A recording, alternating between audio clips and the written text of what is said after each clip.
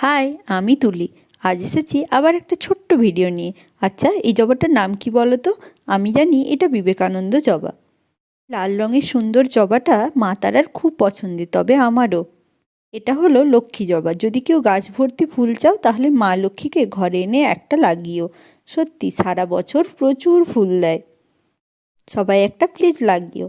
আর এটা তো আছেই প্রায় বাড়িতেই, খুব সুন্দর দেখতে, তাই না? গেরুয়া রং, তার ভেতরে এই লাল ছোট্টটা, উফ কি দারুণ দেখতে।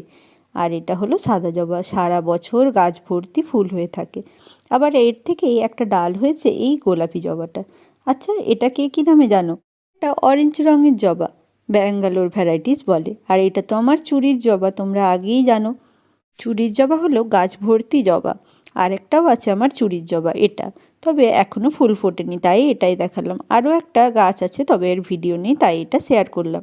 হলো কটা জবা হলো?